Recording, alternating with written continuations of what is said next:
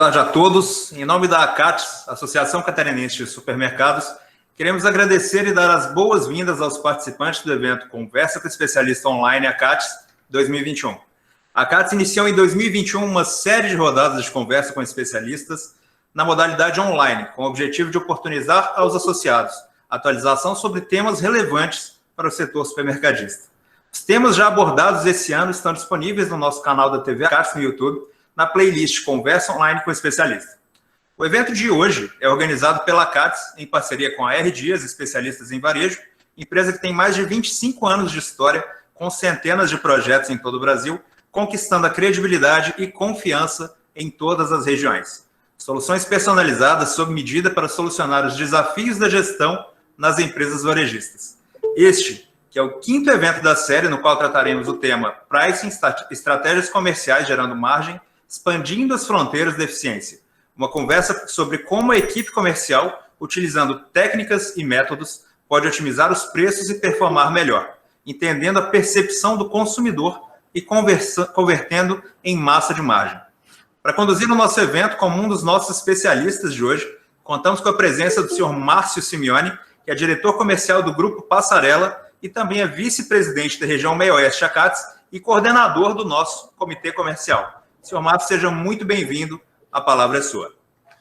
Boa tarde a todos. Obrigado, Otávio, pela apresentação. Sejam todos bem-vindos, participantes, diretores, conselheiros da CATS, especialmente a todos os membros aí do Comitê Comercial da CATS. Então, hoje nós vamos falar sobre um tema que dá bastante caldo, vamos falar assim, nessa canja, que é o pricing, que é estratégias comerciais gerando margem, expandindo as fronteiras da eficiência. É um tema que os varejistas vivenciam todo dia, está presente a cada minuto, a cada segundo, 7 dias a semana, 30 dias no mês, 365 dias no ano, né?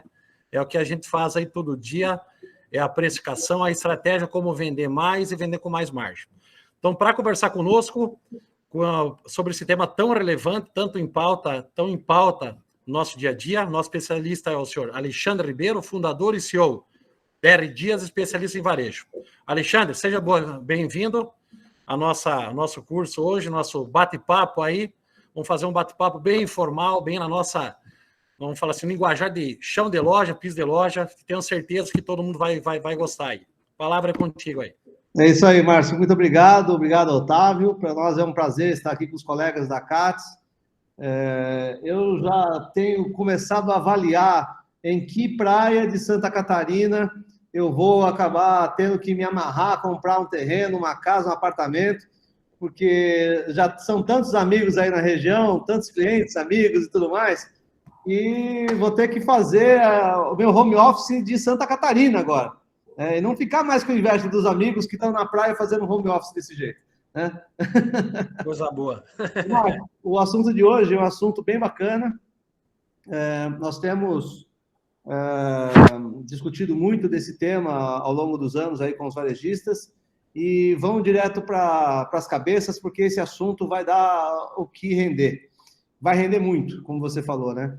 A gente vivencia isso no dia a dia das empresas varejistas e sabe que o mercado não é mais como era no passado, né? As coisas estão mudando muito, a concorrência é muito apertada, cada dia mais apertada. Agora não são só os supermercadistas, agora são as empresas, as big techs, empresas de tecnologia também, entrando no segmento de varejo alimentar com muita força, né? Magazine Luiza, iFood, e tantos, o Mercado Livre, e tantos outros. Então, num ambiente difícil como esse, complexo como esse, é difícil imaginar que fazendo aquilo que a gente sempre fez, a gente vai conseguir um melhor resultado, né? Apesar da frase ser um chavão, ela continua sendo extremamente verdadeira. Então, eu acho que nós temos que nos dedicar a ampliar os nossos conhecimentos, aprofundar nossas técnicas e mudar o jeito de fazer. Todos os dias. Não dá mais para repetir o que a gente fez ontem. Porque está cada vez mais brigado, cada vez mais difícil. Então, é assim que a gente vai, é assim que a gente leva a vida. Vida de supermercadista só com muita emoção. Então, já que é assim, vamos trazer mais um assunto com bastante emoção, né? Então, vamos lá. Vamos para as vias de fato. Eu vou trazer logo aqui a minha... eu acho que alguém tem que liberar o meu compartilhamento de tela. Deixa eu compartilhar aqui a minha apresentação. Aí. Vamos ver se agora vai. Pronto. Foi aí? Agora sim. Sim. foi. Legal. Prontinho. Amigos, amigas, varejistas, o nome é pequenininho, mas não tem nada de simples nisso. A gente tem que decupar isso tudo e entender como essas coisas funcionam no pricing, para que fique fácil de aplicar, fique simples de fazer. Em essência, é simples.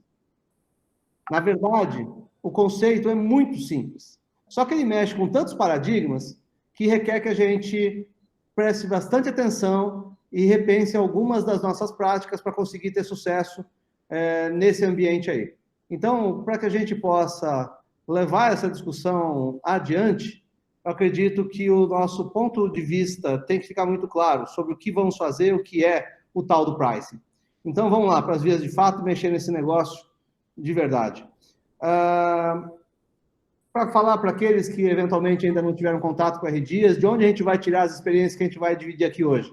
Então, a R Dias hoje é um grupo formado por 3 negócios diferentes. Então, um negócio focado, que é a R Dias Especialistas em Varejo, que é um negócio focado em melhoria de resultado da empresa varejista, nós somos especializados em supermercados, né? Um segundo negócio, que é o negócio de tecnologia, onde a gente desenvolve ferramentas de apoio para os supermercadistas, são softwares que se integram com os ERPs que o varejista tem, justamente para trazer novas tecnologias e o que a gente chama de gestão avançada. E uma empresa de fusões e aquisições, nós apoiamos nossos clientes na venda de lojas, compra de lojas, vendas de empresas, entradas de fundos de investimento e daí por diante. Então, esse é o negócio da R Dias hoje. A gente já superou a marca de 1000 projetos realizados nesses 26 anos que nós já atuamos nesse segmento, mas alguns dias nós vamos completar 27 anos com muito prazer trabalhando os temas de execução de operações e prevenção de perdas, controladoria, logística, capacitação e treinamento, expansão, inteligência de mercado, entre outras pequenas coisas. Mas para a gente poder chegar no nível do varejista e falar a língua do varejista, nós temos algumas práticas muito importantes. A primeira delas é o nosso constante investimento em capacitação da nossa equipe. Então, todo o nosso pessoal veio de varejo, temos aí uma equipe perto de 70 colaboradores hoje, 100% da nossa equipe veio do varejo e aprende e é formado, como esse exemplo desse encontro aqui na R Dias, com parte da nossa equipe na nossa universidade corporativa, que é o R Corp. Isso para capacitar e manter o pessoal sempre bem atualizadinho, né? Mas, deixando as conversinhas de lado, o que importa mesmo é o price. Mas o que é o price? O pricing nada mais é do que uma estratégia usada para adequar o preço do produto ao valor que o consumidor percebe. E existem muitas técnicas que podem permitir que você opere isso de uma forma bem eficiente. Como vocês podem ver nesse emaranhado de palavras, são termos utilizados no pricing, são muitos os termos, são muitos os conceitos, são muitos os processos, escala de preço, canibalização, lucro bruto, competitividade, análise, algo que faz muita diferença, agilidade, elasticidade, escala de preço, a própria agressividade, automação, afinidade, são muitos aspectos que, de alguma forma, influenciam esse negócio. Então, o nosso papo aqui hoje, Márcio, basicamente serve para a gente decupar um pouco desses termos e colocar isso numa linguagem bem simples para que todos os nossos colegas participantes possam, de alguma forma, desfrutar desse conteúdo. Colocar na prática mesmo, né, Alexandre? Como eu falei no início, né, colocar na linguagem mesmo do piso de loja, né, do que acontece no nosso dia a dia, né, que a gente sabe que às vezes o planejamento, nós temos o planejamento, mas até você colocar ele em prática, a execução, ele tem um gap aí bastante distante, né? Até porque, Alexandre, pegando um caso, Santa Catarina, assim como demais outros estados também já tem essa movimentação, né? As redes são híbridas, né? Atuam tanto no varejo quanto no atacarejo. Então, embaixo do mesmo guarda-chuva, ela tem vários formatos de loja. Ela tem o e-commerce, ela tem o varejo, ela tem o cash, ela tem o farma também, ela tem a loja de conveniência. Então, nesse novo formato, nesse movimento, como o price vai operar? Né? Tendo o mesmo produto, o mesmo SKU, dentro do mesmo guarda-chuva, em bandeiras diferentes. Como é que vai ser essa precificação? Né? Então, é um tema que tem sido debatido muito, a indústria tem algumas dúvidas também. Eles estão se matando com isso, né? Então, imagina o varejista como fica, que ele tem lá 3 bandeiras na mesma cidade, né? Que preço que eu vou vender o Nescau na loja do varejo, na loja do cash, na loja de conveniência, a loja de proximidade, né? Como é que eu vou trabalhar esse pricing, né? Porque, como a gente sempre fala, né? Você não consegue ser bom em tudo. Então, você vai ter que escolher alguma coisa. Se eu quero ser o mais barato, ter o melhor ambiente, a melhor loja, o melhor atendimento, a última linha no final não vai fechar, vai dar problema, né? É exatamente isso, Márcio. Acho que um outro aspecto extremamente relevante é que, além dessa complexidade toda, a rentabilidade ela está num patamar delicado, ela precisa ser aprimorada constantemente. Pouca gente deu atenção a isso, mas a hora que a gente começar a receber as renegociações de dissídio, muita gente vai assustar. Inflação crescente, você viu as pauladas do IGPM, como é que ficaram? Loucura. Então, assim, se a gente não entender de onde tirar cada grãozinho a cada minuto, o varejo, de fato, vai ter muita dificuldade, né? Então, acho que o ponto importante e chave para isso nós temos que aprimorar a nossa gestão. Não tem jeito. E só tem um jeito de fazer isso, viu, Marcos? A gente fala muito de vamos implantar técnica X, técnica Y, tal, isso é legal. Mas como é que fica a nossa equipe? Nossa equipe está preparada para dar sustentação para isso? Eu vejo muita gente falando, né? Porque está uma proliferação de aplicativos, ferramentas e tal. Aí o cara vai lá, contrata o aplicativo e não sabe fazer. Não tem o conceito, não tem a gestão, não tem o processo ajustado para isso. Então, nós estamos vendo um movimento muito doido. O cara pega uma ferramenta, contrata uma ferramenta, bota a ferramenta lá dentro, e aí você vai ver, na prática, ele não sabe operar, ele não consegue extrair o máximo daquilo.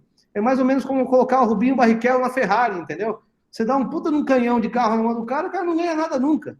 Né? Então, a gente tem que debater muito como fazer para aprimorar a equipe, preparar essa equipe, tornar a equipe cada vez mais capaz, cada vez mais preparada para fazer uso de novas metodologias, de novas técnicas, de novas ferramentas. Aí sim, fecha a conta. Pegando um gancho, Alexandre, assim, ó, eu acho que no momento que a gente está do avanço da tecnologia da informação, principalmente, ferramenta é o que menos falta. Uhum. Ferramenta hoje, para qualquer setor, departamento, qualquer problema que você tiver dentro do varejo, você vai encontrar. Agora, o desafio tem que vir de cima para baixo. Realmente a direção precisa querer fazer a mudança, precisa fazer essa virada de chave, porque senão o processo não anda, né? Ainda mais nós pegarmos em nosso estado, eu acho que 90% dos varejos são empresas familiares. Então, se a gestão não for, primeiro, profissionalizada, segundo, vier de cima para baixo mesmo essa mudança, virada de chave, o negócio não funciona. Então, o que nós enxergamos no dia a dia, Alexandre? É que quando você tem muitos indicadores, muita coisa não funciona. Então, você tem que sintetizar, menos é mais, né? Ter indicadores principais que realmente impactam no comercial, na formação de preço de venda, na pesquisa da concorrência, enfim, que realmente lá no final vai dar impacto no resultado, na última linha, que vai dar sustentação, que vai poder fazer a empresa crescer, né? E realmente fazer o colaborador se sentir parte, ele tem que entender o processo. Um processo de implantação, por exemplo, de um price, ele tem que entender por que ele está fomentando aquela informação, aonde que vai impactar, por que é necessário. Porque nós já passamos o tempo da precificação estática, né? Você definir um preço padrão e manter aquilo e... Mudou. Hoje é todo dia. Todo dia o negócio está mudando, entendeu? O mercado hoje está globalizado. Hoje nós estamos com os pés aqui, mas nós já estamos pensando já no Natal, quase já na Páscoa, entendeu? A escassez que deu nos Estados Unidos no café está impactando aqui, no clima, né? Então, hoje o mercado está muito, muito atualizado. Poxa, você viu só que dificuldade, que problema, as geadas lá na França, na região de Chablis, aumentou o preço do vinho francês, cara. Nós estamos vivendo uma situação muito perigosa para o ser humano hoje em dia viver bem. O impacto das coisas é complicadíssimo. A gente está vendo hoje tudo isso acontecendo, Márcio, agora sem brincadeiras, né? Mas a gente está vendo tudo isso acontecendo e a gente ainda olha para as empresas e muitos compradores ainda não têm uma visão clara de como usar o pricing na prática, de para que ele serve e qual a diferença dos vários modelos de precificação que existem, né? Então, temos realmente que ir para frente com esse negócio aí. Sim, não tenha dúvida, não tenha dúvida. Como eu falei, os multiformatos que está acontecendo hoje, o cliente está muito infiel, né? Ele está se abastecendo o que for mais conveniente hoje. E esses marketplaces que estão cada vez tendo mais força, o digital, né? Ele tem precificação muito, muito ágil. Ela não, né? A demanda, a oferta, a procura. Então, ele consegue ser muito maleável, coisa que o varejo até então não consegue, né? Daí, como eu citei, quando você tem duas bandeiras, principalmente o varejo e o atacarejo na mesma cidade, é um grande desafio para as redes. Quando tem cidades menores, né? Você está com as duas bandeiras. Como operar com esses dois canais, né? Se eu tenho um varejo e eu abro o cash na minha cidade, eu não vou, talvez, se eu não souber como trabalhar isso, vou estar só migrando a venda de um canal para o outro, só vou estar trocando de lado o dinheiro só de lado dos bolsos, né? Não estou gerando novo dinheiro. Então, acho que esse é um grande desafio, né? O varejista, ele não pode querer competir em preço com o atacarejo, essa é uma visão que a gente enxerga no dia a dia, ele tem que buscar diferenciação e ter o preço justo. Ter o preço justo não é ser o mais barato, mas sim ter o preço justo pelo que ele entrega, né? Então, é uma nova luta, né? Uma nova ocasião que nós estamos vivendo agora, que também a indústria está aprendendo com isso, né? Está buscando outras embalagens, não ser a mesma embalagem que usar os dois canais, porque realmente o atacarejo, como foi citado alguns anos atrás, era para ser uma marola, uma onda, ele já virou realidade. Hoje, em números do Brasil, pelo que a gente tem, já passou o varejo, o atacarejo já passou o varejo em faturamento, né? Sim. Está tendo uma ampliação muito grande nesse canal. O atacarejo também mudou daquele atacarejo de raiz da caixa fechada, só para o CNPJ. Hoje, 85%, acho que 90% do cash atende o cliente final, certo? O mix já não é mais 5 ou 6 mil SKUs, já está passando de 10. Então, como a gente vai precificar isso? Como o varejo vai se comportar perante o atacarejo? Como o atacarejo também vai precificar para não onerar o custo operacional que acaba gerando a diferença de preço na ponta, né? Márcio, tem uma questão aí por trás disso tudo que eu acho que faz muita diferença ainda. Nós estamos falando de vários formatos, a indústria ainda não sabe como resolver isso. Está engatinhando na solução para isso, preço para vários formatos. Nós temos ainda uma outra circunstância, que é o meu concorrente que não sabe fazer conta. Quando o meu concorrente não faz conta, aí ele queima de uma tal forma que a gente chega num estágio em que a gente se vê a gente precisa ter muito autocontrole para seguir a estratégia determinada pela empresa e não se deixar levar pelo maluco que está fazendo loucura. Então, assim, tem muita dinâmica nesse negócio. Isso é uma loucura, Márcio. Isso é uma loucura. Acho que todos os varejistas que estão nos acompanhando aqui estão vivenciando isso e entendendo como isso funciona. Eu queria mostrar aqui na minha apresentação uma coisa que pouca gente que está interessada em fazer pricing, que está mexendo com pricing, entende no sentido geral da história. Existem várias formas de se fazer preço. Eu tenho o preço baseado no custo. E que preço é esse? É aquele que você vai lá, bota uma margem no sistema para um certo produto, quando tem uma alteração de tabela ou uma mudança, uma entrada de nota fiscal com uma mudança de custo, ele automaticamente aplica um novo preço de venda baseado na margem que está cadastrada. Tempo bom, né, Alexandre? Tempo bom que não volta mais, né? Quando era assim, era bom mesmo, né? Era simples. Mas, Zamboni, hoje, vou te dizer uma coisa.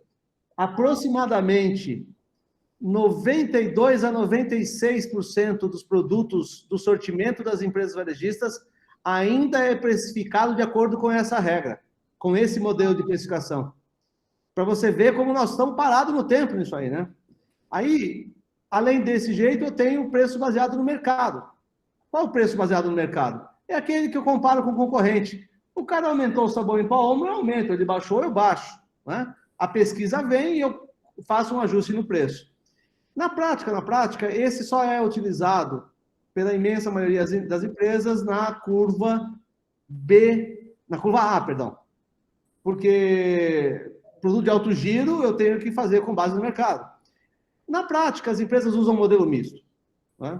E o modelo misto é, na curva A, eu faço preço baseado no mercado. Na curva B e C, eu faço preço baseado no custo. E assim, fica todo mundo feliz e o comprador opera o preço. Aí tem um problema.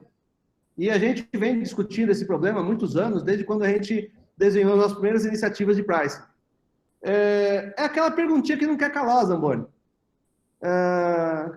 E o consumidor nessa equação? Cadê ele? Porque eu tenho um problema com o concorrente, né? O Márcio comentou aí. Eu tenho um problema com a indústria, o Márcio comentou. Eu tenho todos os paradigmas, que a gente vai mostrar alguns importantes aí, o Zamboni já falou até de um deles. Eu tenho um monte de problema, mas cadê o consumidor? Nós estamos fazendo preço baseado em tudo, menos naquele que decide se vai comprar ou não. Então, quando nós percebemos que esse era um gap muito forte dos problemas de precificação, dos métodos de precificação, nós decidimos colocar a mão nessa cumbuca com força.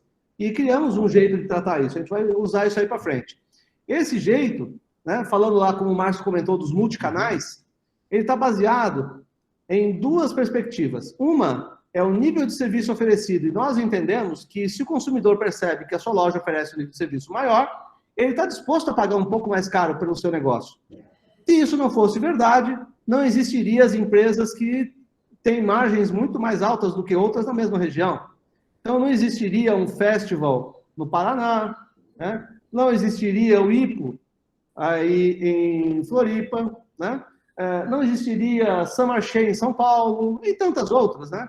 Alguns clientes nossos, por exemplo, como um outro cliente nosso lá, Zona Sul, no Rio de Janeiro. Então, essa é a dinâmica, que é o jogo que o consumidor sabe jogar, que é custo-benefício. O consumidor olha para custo-benefício. E aí, então, quando a gente olha dentro de uma matriz dessa metodologia, e eu vejo o atacarejo, as bolinhas vermelhas, o varejo tradicional, com o mercado posicionado para público popular ou médio, aqui no centro, junto com os hipermercados, competindo pelo mesmo público, e as lojas destacadas são as lojas gourmet, por exemplo, eu vejo esse movimento aqui acontecendo, cada um desses num posicionamento mercadológico diferente, que o posicionamento mercadológico é o que a gente acabou desenvolvendo como metodologia para otimização de preços, que leva em consideração o consumidor. Nessa dinâmica, a gente vê que cada modelo de negócio está posicionado num lugar diferente. Não é? E o Márcio tocou numa coisa bem legal. Falou assim, pô, o varejista está abrindo o atacarejo. 90% do atacarejo que está no mercado hoje trabalha mais varejo do que atacarejo, do que atacado. Então, com essa dinâmica, a gente está vendo uma movimentação nesse problema. Qual é a movimentação? Você está vendo que os novos atacarejos, eles têm um nível de serviço maior e estão cobrando um preço também maior. Nível de serviço obriga você a ter despesas maiores. Despesa maior obriga você a ter margem mais alta. Margem mais alta, preço mais alto. Então, esse movimento dos varejistas que não estão atentos ao modelo apropriado do atacarejo, estão colocando muito serviço, estão correndo o risco de se transformar nos próximos hipermercados.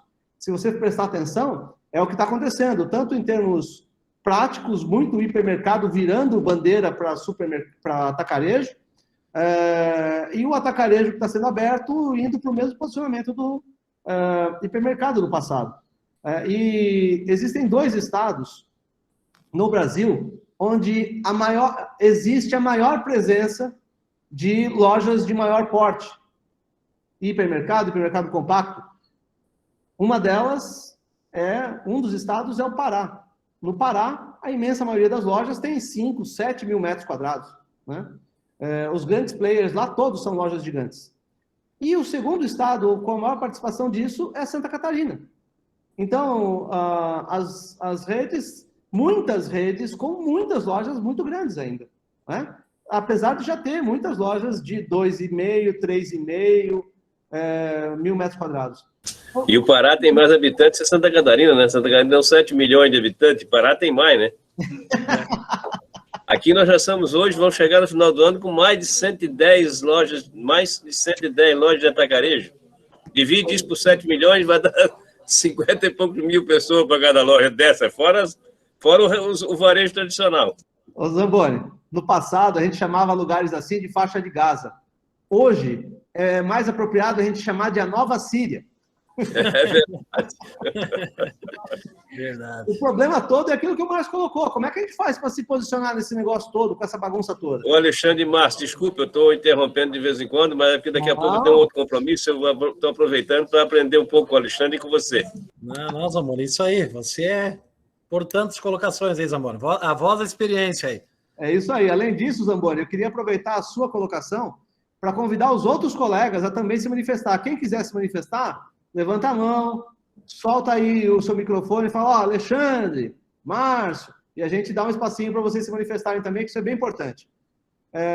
Márcio, nesse caminho aqui, a nossa discussão sobre como se posicionar, como mexer nesse ambiente cada vez mais complexo, já está na cara, né? Olha só, eu tenho vários modelos de loja operando no mesmo ambiente e existe uma necessidade muito clara, muito especial de reposicionar o negócio e saber mexer no price, né?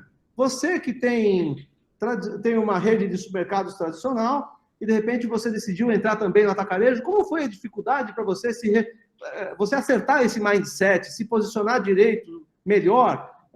E se você está acertando ou ainda está errando muito nisso, como é que foi para você essa transição aí? A primeira coisa é assim, né, Alexandre? A primeira coisa é a definição de mix, né? Primeiro, na verdade, o posicionamento, né? Como que você quer que cada bandeira seja posicionada, né? Como, então, no nosso caso do Passarela, qual o posicionamento e qual o posicionamento do Via Atacadista, né? Então, são posicionamentos totalmente distintos, né? E a nossa entrada no atacarejo, você vai primeiro ver as boas práticas que tem mundo afora, Brasil afora, né? Já vê os formatos que estão dando certo, você visita, você conversa, se troca experiência, né? E depois você tempera e traz para a tua realidade, né? Então, a primeira coisa é trabalhar o sortimento, né? O atacarejo tem que ser muito assertivo no sortimento, né? No mix que você vai ter na loja, é o primeiro ponto, né? E aí sim fazer a questão do margeamento por categoria, entendeu? Para o quê? Para chegar lá na linha final, fechar a margem de contribuição que, em média, o varejo no Brasil trabalha, né? Esse é um ponto. E o segundo ponto muito importante é a questão do quê? Do controle do teu custo operacional, da despesa, né? Porque se eu tenho uma baixa margem de contribuição com uma despesa alta, a conta não vai fechar, né? Então, eu tenho que ter lá uma trava no percentual de custo operacional para mim garantir a minha linha final. Porque senão eu vou ter que começar a repassar para o preço de venda. Eu repassando para o preço de ponta, não vou ficar competitivo, porque daí o cliente vai começar a fazer a conta. Pô, mas por que eu vou no atacarejo se o preço está similar ao varejo que tem mais serviço do que no atacarejo, né? Então, essa matemática de controle de custo e também do controle de ponta, do preço de ponta, ela tem que ser muito, muito afinco, tem que ser muito em cima disso. E nós estamos vivendo um momento agora, Alexandre, um momento bem inoportuno com a pandemia, né, como eu citei antes, que a gente teve um aumento bem considerável nos preços, né, em geral, dentro do varejo. Então, o varejista que não estiver fazendo a conta do crescimento em volume do preço médio, ele vai estar se iludindo. Por que acontece? Hoje, o faturamento por si só está crescendo, porque o nosso reajuste, nossa inflação no segmento foi muito alta. É só nós pegar o preço das commodities de hoje para um ano atrás, né? Café, leite, enfim, a cesta básica, você pega a parte do açougue, principalmente. Então, nós temos que mudar também a forma de precificar esses itens que tiveram um reajuste muito gritante na ponta, né?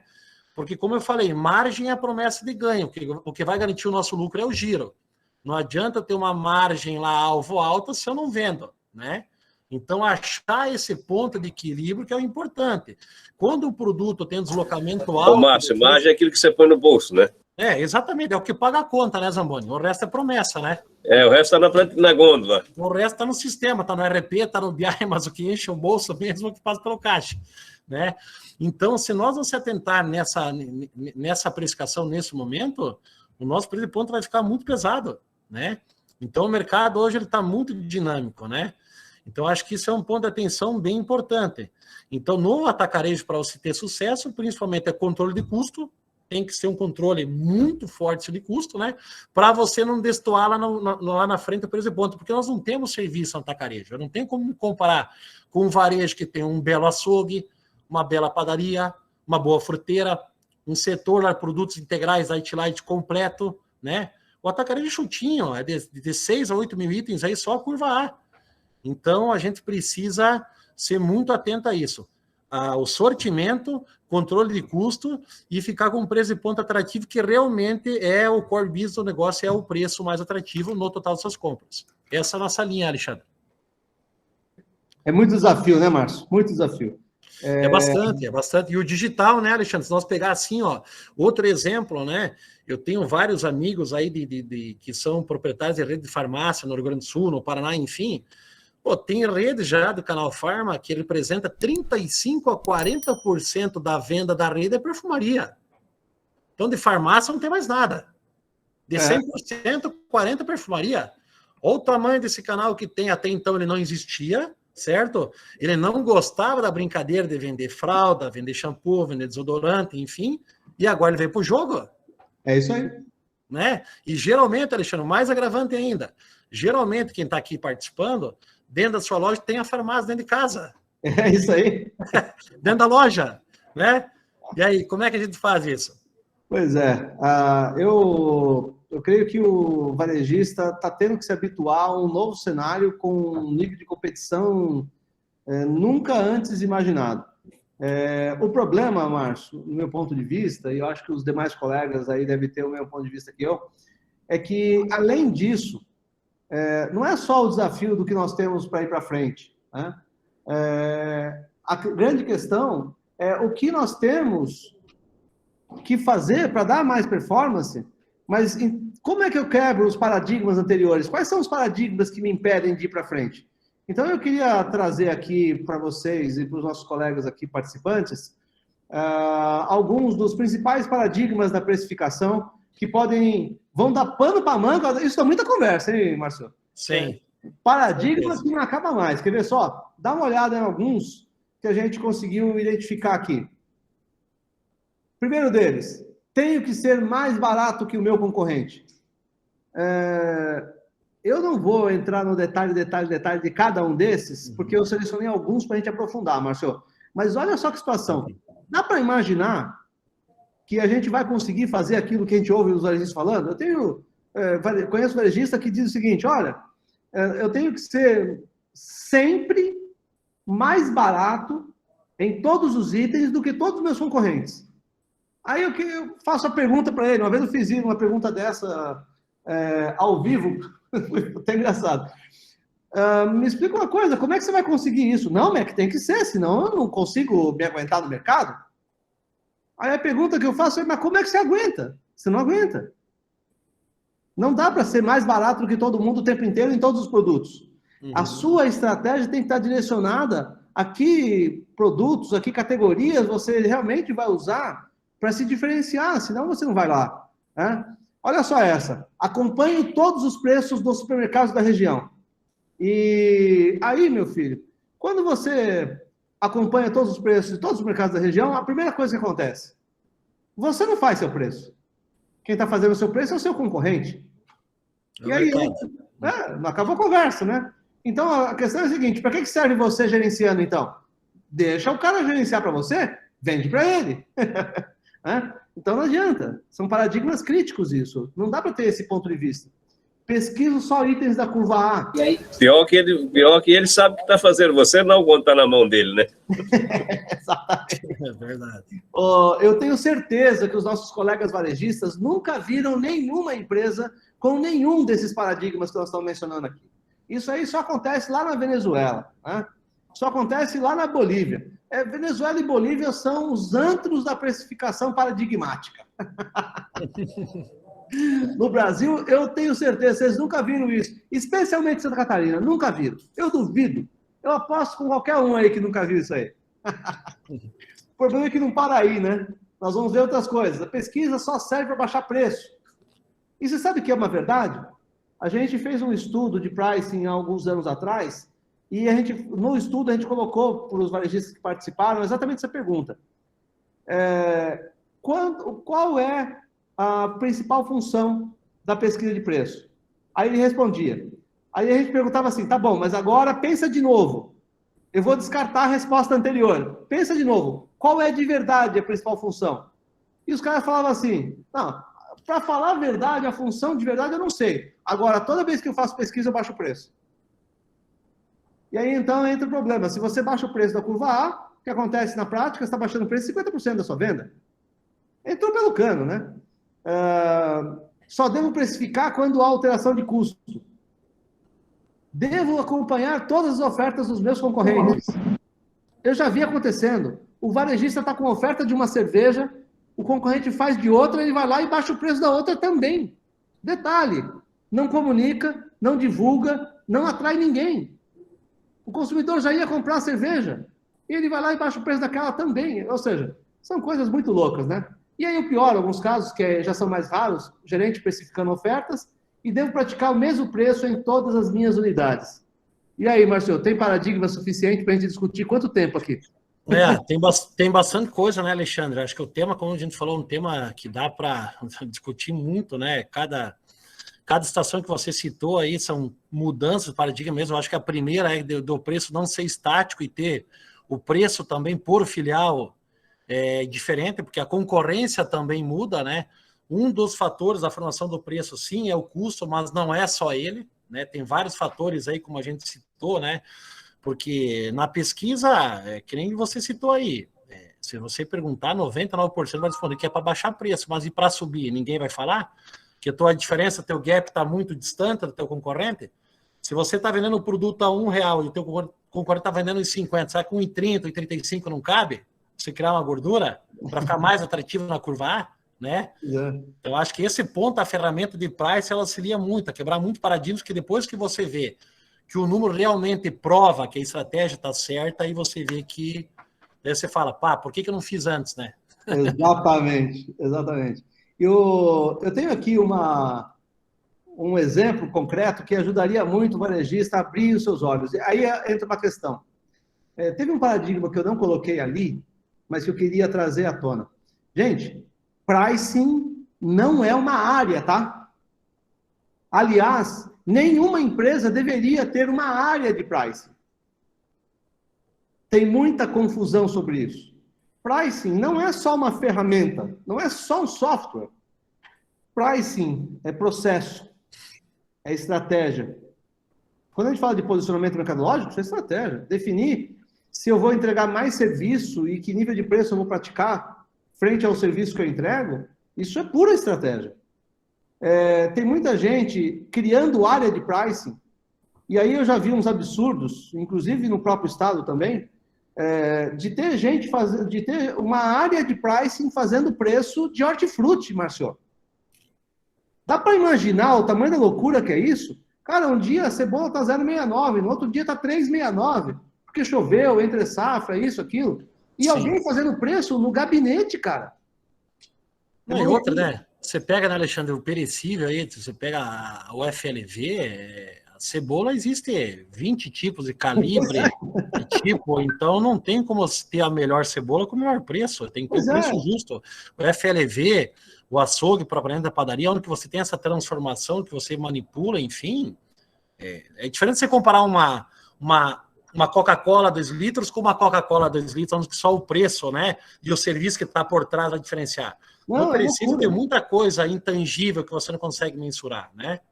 Então... eu vi nós fomos contratados por uma empresa que tinha montado uma área de pricing, não estava conseguindo gerar o resultado que ela esperava gerar, e aí a gente entrou para ajudar.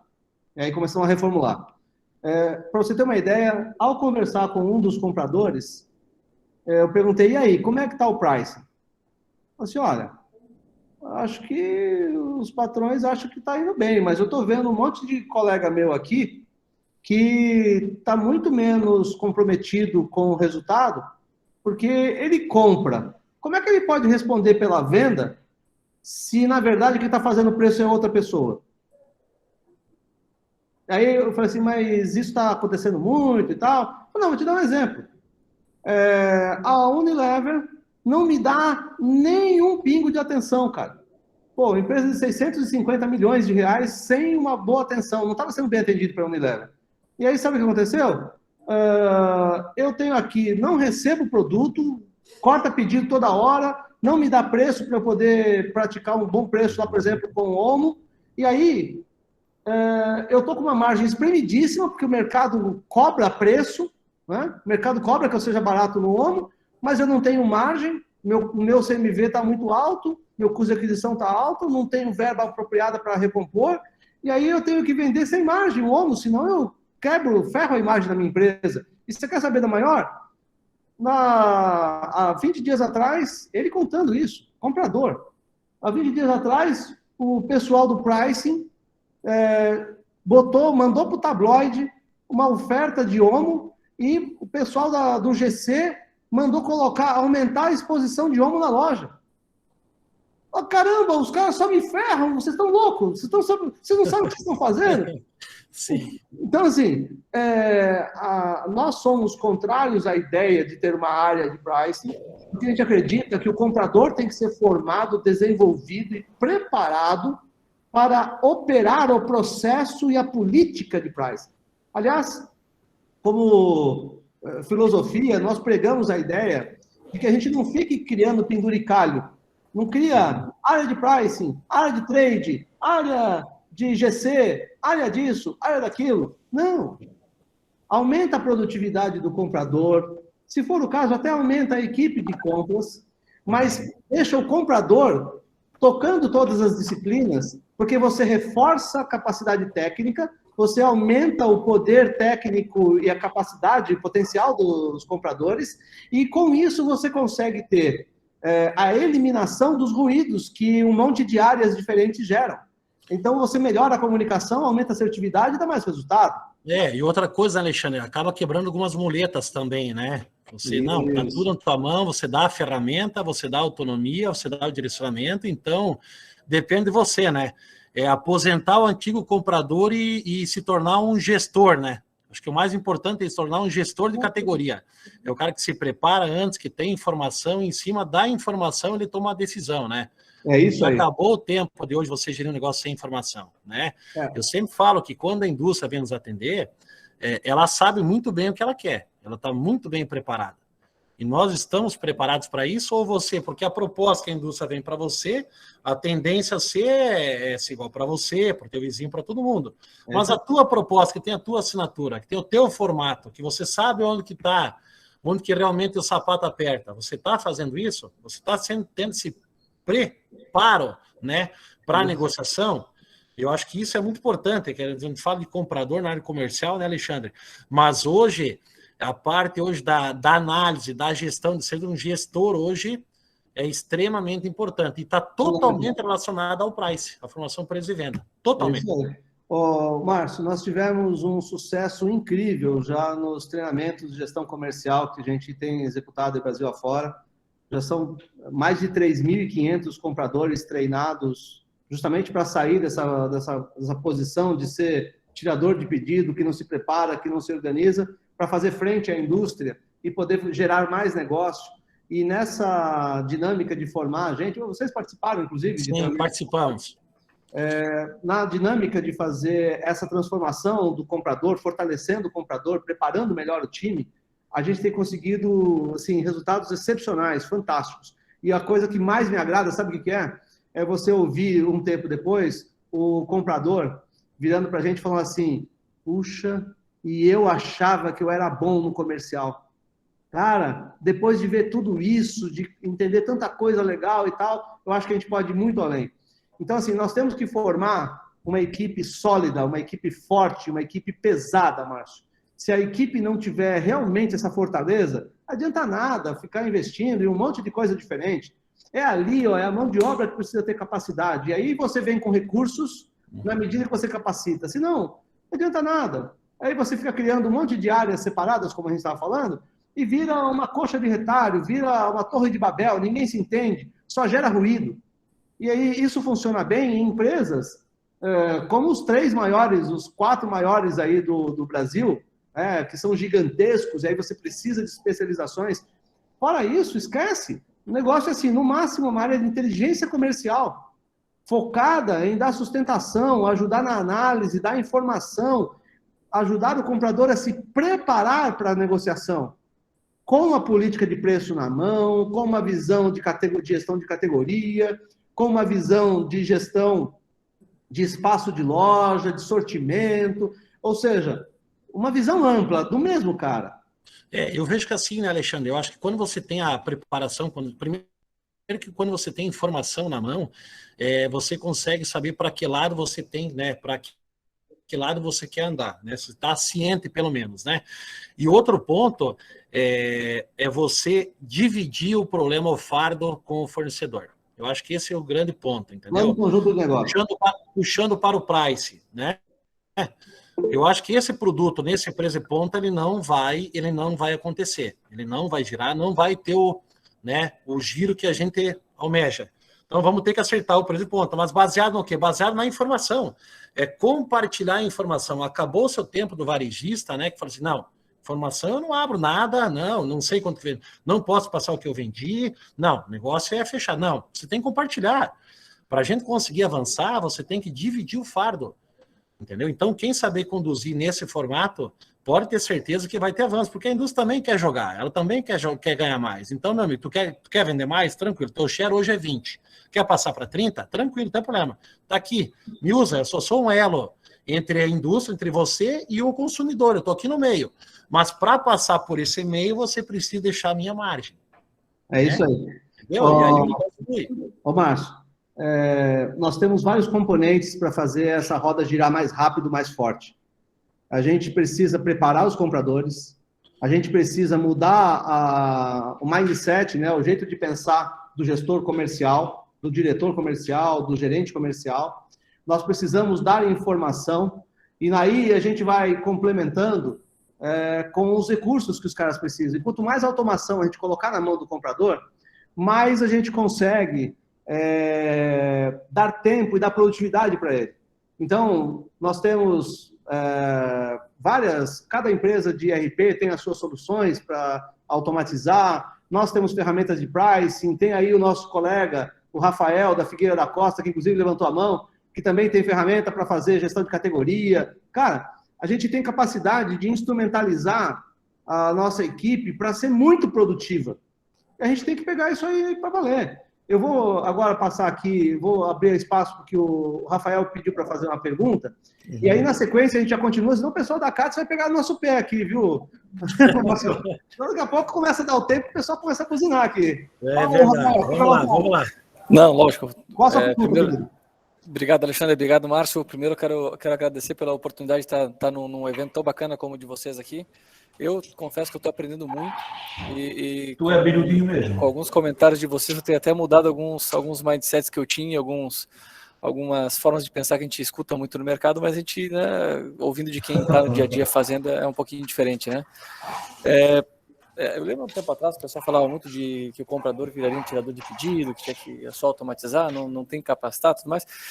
Assim, eu estou vendo que pelo que o Alexandre está falando, e o Márcio, que é assim, mas não é bem assim a história, né? É isso aí. Não é bem assim, e eu concordo com vocês, eu achei muito interessante isso aí. O comprador, sim, ele é o cara que está em contato com a indústria, ele tem que estar capacitado, sim, para negociar, para ter voz ativa, ter informação na mão, e logicamente, né, não vai fazer o cara ficar digitando item por item, né, automatiza alguma coisa para o caboclo, porque é uma mão de obra cara, né? Mas, ouvindo, assim, os comentários de vocês, me surgiu uma dúvida, assim, eu achei interessante o fato de você não ficar tornando a empresa uma colcha de retalhos, criando várias áreas de várias coisas, que eu entendo que realmente, eu estou há 10 anos mexendo com ferramentas de planogramação, então eu vejo que, em alguns casos, sim, se torna uma colcha de retalhos e fica complexo, mas, assim, o que eu queria, mais para aprender também, é entender, Alexandre, como é que você faria, por exemplo, para o comprador ter essa visão estratégica, sim, que é importante, ele é o cabeça o contato, ponto focal da negociação, mas como que acho que é a pergunta que fica no final do dia para todo mundo, né? Como fazer com que toda essa estratégia seja comunicada para o ponto de venda e lá na loja a coisa aconteça, né? Por exemplo, vamos cadastrar produtos novos, ou vamos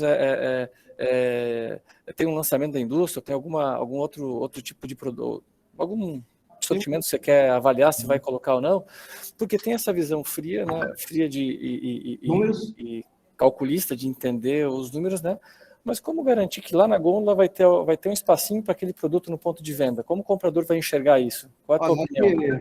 Existem, uma ótima pergunta, viu, Rafael? Existem algumas maneiras mais sofisticadas para fazer isso e existem algumas maneiras mais simples para fazer isso. Mas a solução do problema começa na definição de que o comprador ele não faz isso sozinho. Então, assim, não dá para a gente fazer isso sozinho dentro da área comercial. Porque, às vezes, você toma uma decisão super bacana, super legal, monta um planograma, né? Que é muito difícil administrar um planograma para a empresa inteira, para a loja inteira, com diferentes formatos, diferentes tamanhos de loja, diferentes clusters, diferentes públicos em cada região e tudo mais, tarará. Lojas com propósitos diferentes, 2, 3 bandeiras diferentes. É muito difícil dizer que você vai ter planograma para 100% da loja, para 100% das bandeiras, 100% dos produtos.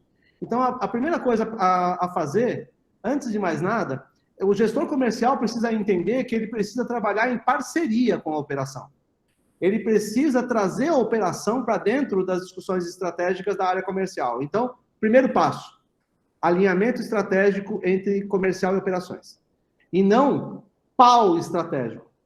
Alinhamento estratégico. Então, começa aí. Segunda questão. Eu preciso garantir que haja um canal de comunicação aberto continuamente. Então, o comprador que hoje vai visitar a loja e só faz visita social, né? Aquele que não tem um objetivo para visitar a loja, não tem clareza do que ele quer, do que ele precisa trazer de informação do que vem da loja, que ele vai visitar o concorrente e ele vem falando o seguinte: não, o concorrente está legal, está agressivo. Peraí, mas cadê a informação? Eu quero informação. Eu não quero opinião, eu quero informação. Aí a gente discute as opiniões, mas eu quero informação. Então o comprador, ele está assoberbado. Ele tem tanta coisa operacional para fazer e tão pouca automação que não sobra tempo para ele fazer a coisa do jeito certo. Eu tenho aqui na frente um slide que eu vou mostrar isso em termos práticos.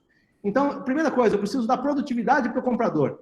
Eu preciso simplificar os processos dele. Eu preciso garantir que ele tenha assistentes para diluir, para poder soltar atividades operacionais. Eu não vou colocar um comprador, que é um cara super estratégico no meu negócio, para fazer coisas operacionais, ficar colocando atualização de tabela de produto, tabela de preço no sistema, cara.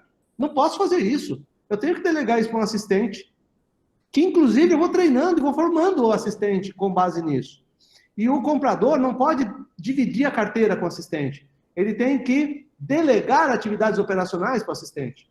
Com esse arranjo, eu vou formatando uma área comercial mais robusta.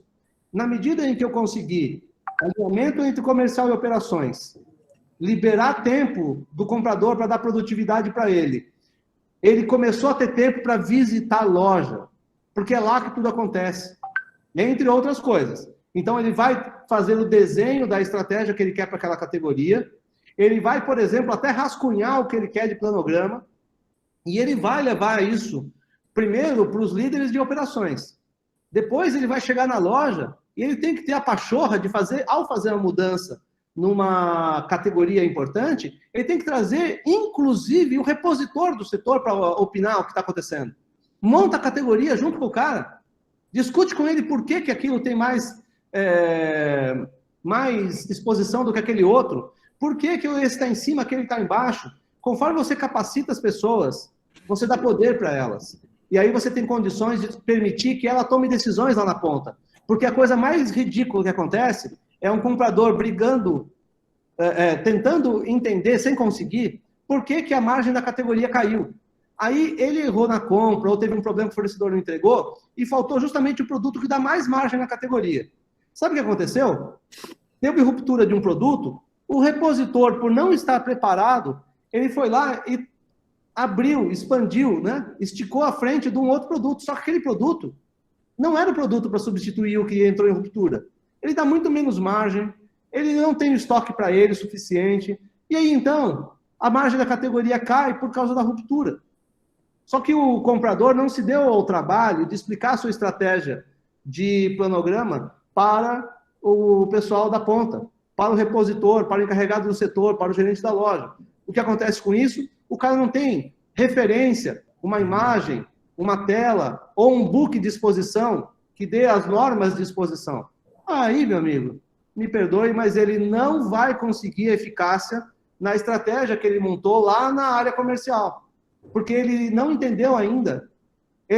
A gestão não deve ser hierarquizada. A gestão ela tem que ser horizontalizada. Isso é gerir por processos. E são os processos que fazem diferença, não hierarquia. Não interessa, o cara é da operação, esse problema é da operação. Não, senhor, o processo permeia todas as áreas. Então eu tenho que ter a humildade de entender que lá na loja é que as coisas acontecem. Eu não mando no cara da loja. Eu não posso ser arrogante nesse nível. Eu tenho que suportar o cara da loja, eu tenho que ser parceiro dele, para ele ser meu parceiro. Aí a minha estratégia vai ser executada. Boa, boa. Esse é o raciocínio. Só vou colocar mais um, apimentar um pouquinho, contribuir um pouquinho, não apimentar, na verdade. Eu gostei que você falou ali que às vezes você tem essa questão do atrito entre operação e comercial, né? Que é uma coisa que a gente geralmente não se fala, mas você pisa na loja e você sente, né? Eu tive a oportunidade de sentir isso aí como supermercadista e como indústria. O que eu vejo, assim, é mais um comentário só para contribuir, é que muitas vezes, na maioria das vezes, não existe culpado nesse processo, né? O culpado é o processo, né? Porque o comprador cadastra 12 itens novos da L'Oréal e manda para a loja, né? E aí o gerente da loja, o chefe de setor, fica pé da vida, porque, pô, onde é que eu vou colocar esse produto agora? Está tudo cheinho aqui, manda ele descer aqui para vir encher, né? E aí o comercial fica pé da vida com o pessoal da loja, porque o pessoal não abastece, está tendo ruptura, não estou vendendo porque tem ruptura, porque não estou abastecendo o produto que eu comprei semana passada. E no final do dia, o problema é um problema de processo mesmo, né? Se lá no início do processo você tivesse como garantir que existe um espaço, um endereço para cada item no ponto de venda, na prateleira, tudo ficaria mais fácil, né? Porque não ficaria produto parado no depósito, tudo iria para a gôndola, tem pode ficar tranquilo. Diante, né? Interessantíssimo esse ponto aí, Alexandre. Pode ficar, bom, ótimo comentário, mas pode ficar tranquilo. A Metal Frio acabou de lançar nas redes sociais uma gôndola elástica. Então, o problema está resolvido. Agora o problema vai ser o metro quadrado da loja. É isso. Vamos lá, que senão o pessoal vai pegar o nosso pé aqui. Bom, com essa dinâmica toda, cadê? Minha tela está aí, né? Beleza. Com essa dinâmica toda, a gente precisa entender que um dos paradigmas críticos desse processo, né, que é essa história de só pesquisar a curva A e tal, tem que ser entendido para ser derrubado. Né? Então, vamos adiante para entender como é que isso acontece. Olha essa situação. Eu tenho aqui uma estratégia por praça e clusterização, abarcando aí 2 ou 3 paradigmas diferentes, Márcio. Certo. Olha só. A linha amarela é o nível de preço do cara. A coluna é o preço da concorrência. Significa que na curva A, os concorrentes estão 6% mais caros do que esse nosso cliente. Aí a pergunta que eu faço para os nossos colegas: eu preciso de uma diferença de competitividade de 6 pontos percentuais na curva A, 50% da minha venda, né? Da curva A, para ser mais barato ou para ter uma imagem melhor do que o meu concorrente? De jeito nenhum. Isso aqui é uma falta de estratégia fenomenal, né, Marcelo? O cara tá queimando muito mais do que precisa. Né? E tem que quebrar um paradigma também, Alexandre, né? Principalmente na área comercial, do gestor, do comprador. Não, eu comprei... para fazer um bom negócio é comprar barato. O negócio acontece quando passa pelo caixa. Né? Então, nós temos toda essa cadeia aí do produto da indústria chegar no ponto de venda e passar pelo checkout, ele é longo. E outra, né? O fato de você comprar bem é você vender bem. Vender bem é você vender com margem, não é porque você comprou barato, você tem que vender barato. Então, essa composição, né? Como você está apresentando nesse slide, né, Alexandre? Você pode, talvez, nivelar um pouco mais essa diferença em compensar na curva C, fazer um bem bolado que na última linha o impacto vai ser grande e o cliente não vai perceber isso, né? Que são os imperceptíveis, né? Exato. Um cenário como esse, ele está arrebentando de preço na curva A e está cobrando na curva B, na curva C, onde o consumidor é menos sensível, ele está mantendo uma competitividade ali parecida com os concorrentes. Não faz a menor diferença se o meu balde, se a escova, se o pano de chão está no mesmo preço que o concorrente. A menor diferença, o consumidor não está nem aí para isso. né? Aí, como se não bastasse, vamos olhar para cada uma das curvas como fica em cada praça.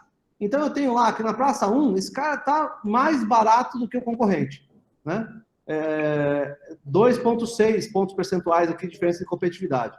Na praça 2, ele é 4% mais caro. E aí você vê a diferença. Ó. Pô, ele chega a ser 7% mais barato do que a concorrência na praça 4. Se eu estou fazendo o mesmo preço em todas as praças, eu já entrei pelo cano. Eu não posso fazer o mesmo preço. Esse é um outro paradigma. Eu tenho que fazer o preço em cada região.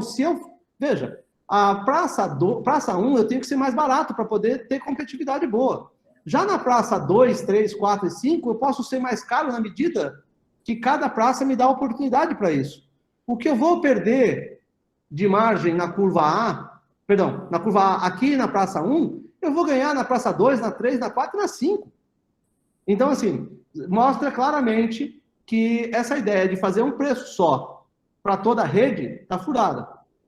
Lembra daquele tempo, Márcio, em que os varejistas chegavam num departamento, falavam assim, não, nesse departamento aqui, num grupo, subgrupo, sei lá o que, no departamento, tudo tem a mesma margem? Sim. Pô, caraca, meu amigo. E semana passada eu peguei um caso assim ainda, hein? Semana passada. Empresas grandes, eles vão ver a oportunidade que tem de você não baixar, mas sim puxar o preço, né, Alexandre? Você rentabilizar um pouco mais, como eu falei, são itens não perceptíveis que o cliente não tem parâmetro de preço. Ele não sabe se 1 é 2, é 3, é barato, é caro. Não tem esse preço na mente, né? Então, tem que se quebrar esse paradigma que o varejista não fala, não, se eu puxar o preço aqui vai dar problema, não vai dar certo, vai dar ruído. Não. Você pode puxar sim, mas nos departamentos certos, o produto correto, né? E dá para puxar que o cliente não vai. Agora, você não vai conseguir puxar num produto que é altamente perceptível. Aí tu vai ter problema, isso é fato, né? Então, sabendo fazer esse enquadramento, essa classificação, né, dos produtos, né, Alexandre? Eu acho que só nessa virada tu vai ter um ganho, pode ter certeza, gigantesco na margem de contribuição. Márcio, por falar em ganho, olha só como ele está perdendo oportunidade na B e na C, como a gente já tinha visto. Mas isso a gente já tinha visto lá no primeiro gráfico branco, né? Agora, olha só, fazendo a lição de casa bem feita, olha só o que acontece.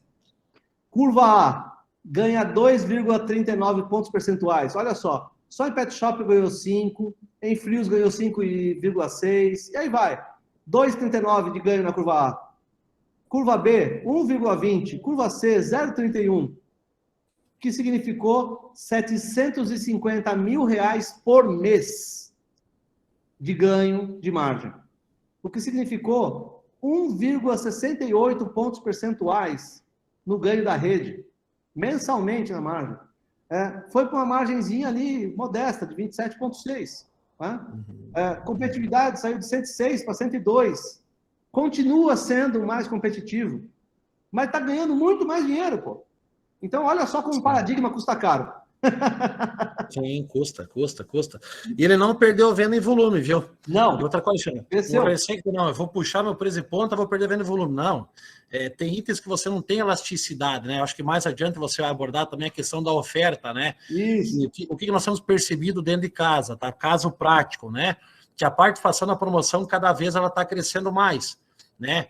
Tem departamentos, categorias que a participação está em 50%, 60%, 60% da venda está na promoção. Então, se eu não tiver margem no que eu estou ofertando, eu mato toda a categoria inteira, puxo toda ela para baixo, né? É isso aí. Será que eu preciso ir tão agressivo assim? Será que eu quero ser tão mais barato? Se eu for um pouquinho mais barato, já não serve?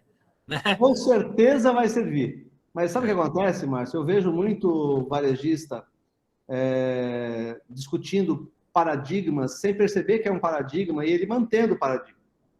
Então, o que está acontecendo? O varejista, ele só olha, ele simplifica muito a questão da competitividade. Eu não preciso ser 100% mais barato e em tudo, do que o meu concorrente para ser mais competitivo. O nível de serviço atrai mais.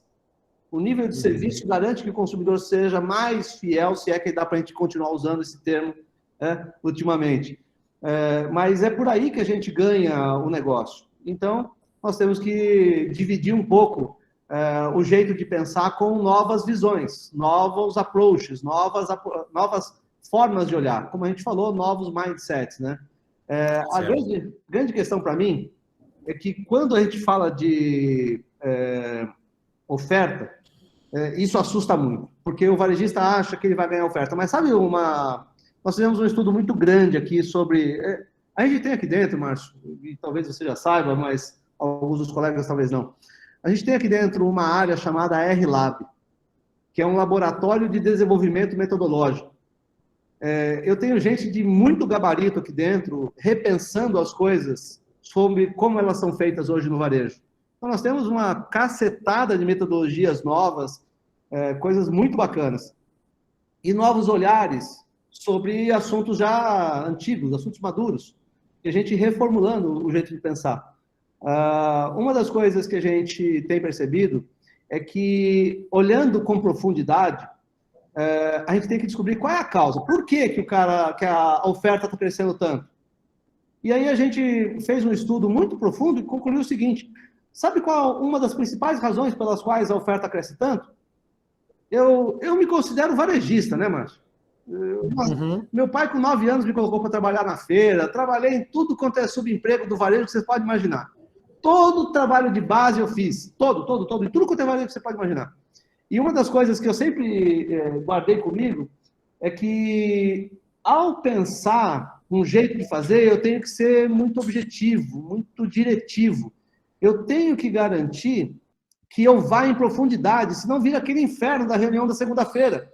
Toda reunião de segunda-feira a gente discute os mesmos problemas, eles não acabam nunca, cara. Toda reunião volta o mesmo problema da semana passada. Não consegue falar de problema novo, né? Não tem problema novo, é só problema velho, caralho. Isso enche o saco. E aí a questão é o seguinte: qual a razão disso? A gente não vai na causa. E aí nós pegamos um assunto que é a oferta. Uma das causas, a oferta tem muitas causas, tem vários paradigmas e tem uma causa ferrada, que ela se esconde. Uma das causas para a gente não reduzir a quantidade de oferta que a gente faz, primeiro que a gente não tem uma estratégia clara, não tem um posicionamento. Uma outra razão, e essa foi a causa que a gente encontrou e achou curioso, foi a seguinte: o comprador olha lá para dentro da estrutura e ele faz o seguinte: ele vai atender o fornecedor, Márcio, e aí, na hora que ele vai atender o fornecedor, sobra pouquíssimo tempo para ele se planejar, para ele se organizar. Como ele não se planejou, não se organizou, ele não tem um plano. Quem tem um plano é a indústria, cara. Sim, é o preparo que eu citei antes, né, Alexandre? Né? E acaba aceitando que a indústria já se preparou, já se organizou, já sabe o que quer, sabe onde quer chegar, e é o que acontece, é como eu citei também. Chegou até você, vai chegar até os concorrentes também no mesmo formato, não vai ter a tua assinatura, o teu modelo, né? Aí o que acontece? O que eu oferto é a mesma coisa que o meu concorrente oferta. Aí eu tenho a sensação de que eu não consegui me diferenciar com a oferta. Mas sabe por quê? Porque eu aceitei a sugestão tática da indústria. A indústria falou: não, vamos fazer um movimento com esse produto aqui, ó. Mas ele faz isso com você, faz isso com todos os concorrentes teus. Aí quando você vai ver, não é que aquela coisa, né? Ninguém tem, como já se pensou no passado, que tinha um espião na gráfica para ver o tabloide do cara, para poder ligar para ele. Essa é antiga, Alexandre. Essa é antiga. O espião na gráfica para ver que oferta que o cara vai soltar para botar 1 centavo a menos. Não é isso. É que o cara, a indústria vendeu para você, para o seu concorrente, para todos os caras da praça. Apesar de falar que aquilo era só para você, não, cara, botou para todo mundo, no mesmo preço. E aí, no mesmo custo. E aí, agora que você está entubado, você que é um gestor comercial competente, você fala: cara, eu não posso ficar entubado com esse estoque aqui. Eu vou ter que botar para fora. Aí você faz a oferta. E todo mundo tem um desconto mais ou menos comum para dar a oferta. E aí todo mundo faz a oferta da mesma coisa. E você nunca consegue se diferenciar. Então, a gente entendeu que a principal razão para que a oferta, primeiro, se repita. Segundo, seja parecida com a de todo mundo. Terceiro, não tenha diferenciação na oferta. Está relacionado à falta de preparo do comprador. Está relacionado ao fato de aceitar o que a indústria trouxe, ao invés do cara fazer uma proposta para a indústria. eu pensei aqui, o meu público aqui gosta muito desse produto, e eu queria fazer um trabalho promocional com esse produto para trazer fluxo para a loja, para esse público que é o meu público. E aí, então, ó, meu plano é o seguinte, eu quero triplicar a venda desse negócio, e aí o custo para fazer isso tem que ser tal, o preço de venda vai ser tal, eu vou fazer comunicação assim, assado cozido, e coloca a proposta na mão da indústria. E agora, deixa o cara quebrar a cabeça, a bola tem que estar no colo dele, entendeu? Viu, Alexandre, eu acho que o caminho é informação, o varejista tem, tá? Como o avanço da tecnologia que se teve nos últimos tempos, o avanço dos ERPs, o BI, enfim, então informação o comercial tem. Agora, o que fazer com essa informação para você ser competitivo e para gerar mais resultado, né? Sair do papel, né? Até tem uma frase que eu uso aqui, às vezes, no time comercial, é o seguinte, quando veio um novo delegado aqui para a cidade, ele falou o seguinte, eu vou só dar um recado para vocês, né? Eu tenho 5 pares de tênis e 1 par de sapato. Eu vou rodar, meu amigo. Eu vou rodar. Pode acompanhar que eu vou estar presente aí, né?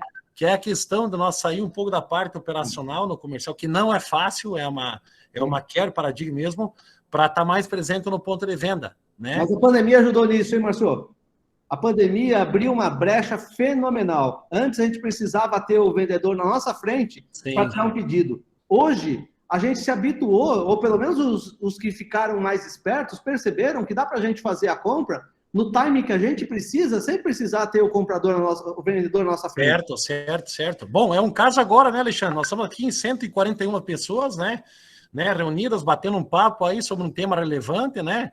Que até então, você pode ter certeza, até então, se não tivesse pandemia, eu estaria conectado aqui. Quantas reuniões com fornecedor, né? Que a gente poderia estar discutindo, que já é discutido hoje, né? Então, se quebrou, muita barreira. Assim como a gente precisa quebrar essa barreira, como a gente está citando agora, a questão da formação do preço de ponta, do preço de venda, da precificação, entendeu? A gente precisa se reinventar. Por que eu falo isso? Isso é defendendo o nosso segmento, que é o varejo alimentar, porque o que acontece? Tem vários outros varejos digitais, né? O Farma, como eu citei, enfim, o e-commerce, que, meu amigo, eles estão disputando o mesmo dinheiro que o nosso. É isso aí. Então, nós temos que proteger o nosso negócio. Eu acho que esse é o grande ponto. O que nós não fazemos para proteger? A precificação tem um papel importante, porque sem rentabilidade, nenhuma empresa, ou indústria, ou varejo vai ter sustentação. Não vai aguentar. Agora, olha como a gente destrói a nossa rentabilidade com as ofertas. Olha só isso aqui. Isso aqui é dado da Nielsen, tá? O nosso querido Piccoli, que disponibilizou isso para a gente. 35% do volume vendido no Brasil ocorre em oferta. 35% das vendas ocorrem em oferta. 70% do que foi vendido em oferta ia vender do mesmo jeito. 70 dos 35, então vai dar aí um grande percentual sobre o todo, né? Que não precisava ofertar, o cliente ia levar com o preço normal, sem problema nenhum. Exato. Né? Ou seja, 9,5%, perto de 10% da nossa... 10 pontos percentuais, né, da nossa oferta, é o que de verdade provoca a efetividade. 70% já estaria sendo vendido, ou seja, 20% desses 35% aqui, 22% a 25%, já seria vendido do mesmo jeito. Então, olha só como isso impacta. Esse aqui é um caso legal, ó. Eu estou comparando as ofertas antes de 2020. Então, olha só. De um ano para o outro, essa empresa aumentou de 22% para 28% a participação das ofertas nas vendas. Se você olhar para as categorias, todas elas aumentaram de um ano para o outro a participação de ofertas. Nesse gráfico eu mostro a margem. O cara não só aumentou a participação de ofertas, como ele reduziu a margem. Então, tirando uma categoria ou outras, como bazar, bebidas, se não me engano, aqui, ó, bebidas também, que aumentou margem, todas as outras reduziu margem para a oferta. Não tem jeito, cara. Desse jeito não tem como preservar. Você está jogando dinheiro na cara do teu concorrente sem a menor capacidade de ser eficiente. Né? E aí, quando a pandemia veio, olha que interessante que aconteceu. Até fevereiro, nós já estávamos vendo patamar diferente, né, maior de oferta em 2020. Aí a pandemia, que foi uma catástrofe, continua sendo, problemas, a perda de vidas, uma coisa lastimável, amigos, familiares e tal, né? Tirando essa catástrofe, olhando para dentro do supermercado, olha só que efeito ela causou. O varejista, com aquele aumento de vendas no início, nós temos centenas de conteúdo lá no nosso portal varejoemação.com.br. Quem tiver dúvida pode entrar lá para ver os artigos que nós publicamos, os vídeos, as projeções e tal. Você vê que tiraram o pé da oferta. Tiraram o pé da oferta, mas você vai vendo que já começa a subir de novo. Esse ano aqui, 2021, nós fizemos uma prévia com alguns clientes e percebemos que eles começaram a empurrar um pouco para fazer oferta. Por quê? Fomos questionar o comprador, fomos questionar o gestor comercial. Ele diz assim, não, é que eu não estou conseguindo crescer esse ano. Porra, cara, você cresceu 29% no ano passado e você está imaginando que você vai crescer mais uma cacetada em cima do que você cresceu no ano passado? Primeira coisa, tome cuidado para você não ficar desesperado. Você tem que crescer com inteligência, não crescer queimando dinheiro desse jeito. Porque tem jeitos e jeitos de crescer. Nós fizemos um movimento com um cliente nosso, de Santa Catarina, inclusive, e nos meses de maio, junho e julho, nós fizemos vários departamentos explodirem de crescer. Porque mudou o jeito. Fica atento, a pandemia está fazendo com que está exigindo que você repense tudo todo dia, para ver a mudança de hábito de consumo. Ofertar, né, Alexandre? Ofertar o produto certo, na hora certa, no momento, né? Nós temos muito aqui no Sul, né, Alexandre, tem muito fator do clima, né? Mudança climática, que no inverno muda totalmente o perfil do consumo do consumidor. Agora, também com a pandemia, o homem na cozinha, melhorou o nível da alimentação dentro de casa. Então, quem não perceber, quem for no gestor como comercial, quem não tiver uma operação que não enxergar isso, pode ter certeza, ele vai tentar tapar o buraco da falta de venda de mix dele com a oferta. E quanto mais ele cava, mais fundo fica, mais dependente fica, ele nunca consegue tirar o pé, entra num ciclo vicioso, né? Que ele não consegue mais parar. Exatamente. Se ele parar, ele morre. Se ele ficar, ele está quase morrendo também. Vai morrer. Eu vou te mostrar uma coisa. Olha, nós temos uma pergunta do Marcos Silva. Eu vou passar o próximo slide, Marcos. Eu já dou espaço para você fazer sua pergunta, tá? Porque esse próximo slide, ele completa, ele coroa isso que nós estamos falando. Olha só a situação. Esse aqui é um exemplo do que a gente chama de oferta suicida. O cara fez uma ação promocional que tirou a margem ali da faixa de 24, perto de 25, para 18,6. E aí ele fica, não, mas vai aumentar o volume. Né? Aumentou o volume? Aqui está a venda. Né? Aumentou o volume? Sim, aumentou um pouquinho o volume, mas foi suficiente? Nada, cara. Olha só o que aconteceu com a margem. E olha a lucratividade em dinheiro, a massa de margem não cresceu. Ela caiu. Esse cara perdeu 5,63 pontos percentuais de margem, o que significou, nesses 45 dias que nós estamos vendo que o negócio ficou para baixo, esse bico aqui, significou 960 mil reais de perda de massa de margem. Nós estamos falando de uma ação promocional que empurra tudo para o buraco. Esse cara fez uma concentração de vendas tão absurda, uma verticalização de oferta tão forte, que teve 17% de redução do sortimento movimentado. Perdeu margem, fez as quebras aumentarem, porque vários produtos perecíveis pararam de vender, porque os ofertados venderam muito, aumentou quebra, teve problema com fornecedor, teve problema com estoque, teve problema com margem. Cara, um inferno. Um mês. Alexandre, e pegando só um ponto, aí tu não está mensurando também o aumento que ele teve no custo operacional aí, mão de obra, movimentação de mercadoria, desgaste da equipe, entendeu? Com esse movimento a mais de volume, mas de valor mesmo, cash margin, valor mais contribuição, que, entre aspas, estou perdendo alguma coisa em pontos percentuais no meu percentual mais contribuição, mas estou compensando em muito no valor de margem. Não compensou.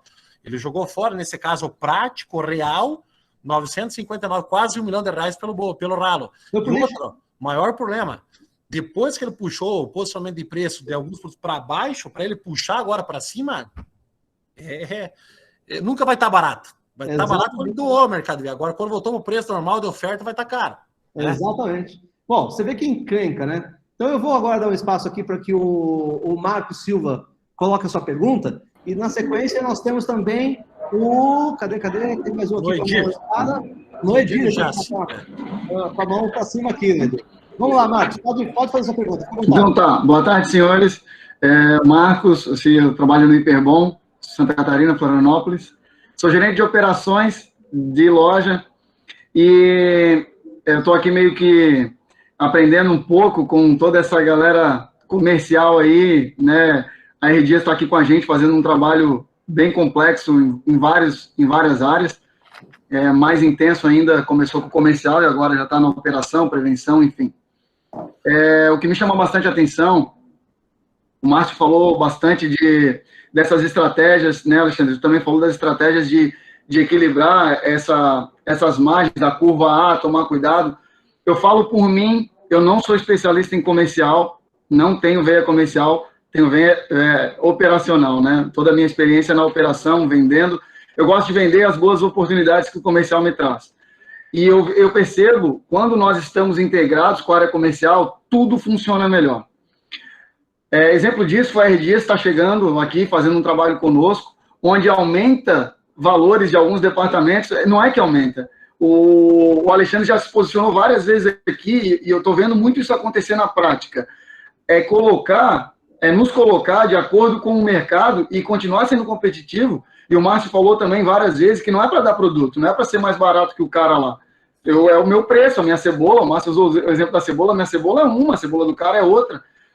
O que eu sinto falta, na verdade, não é o caso meu aqui, eu já trabalho, né, já trabalhei em outras empresas, é a falta de integração. E aí, por isso que eu quis tanto a palavra para falar para os senhores que são da área comercial, por favor, as estratégias comerciais deixem chegar no gerente da loja. Deixem chegar no gerente de operações, desçam para a loja e falam que o departamento está mexendo 2 pontos para baixo, 2 pontos para cima. Vocês vão sentir diferença numa categoria, na outra. Por que eu estou falando isso? Porque eu, no outro lado aqui, e na verdade do mesmo lado, parceria, que eu acho que é assim que a gente tem que ver, eu não consigo entender a cabeça do gerente comercial, de uma equipe de compras, fazendo preço, porque eu não sou especialista. Sabe o que eu quero? Preço. Vocês sempre falam isso, a operação quer preço.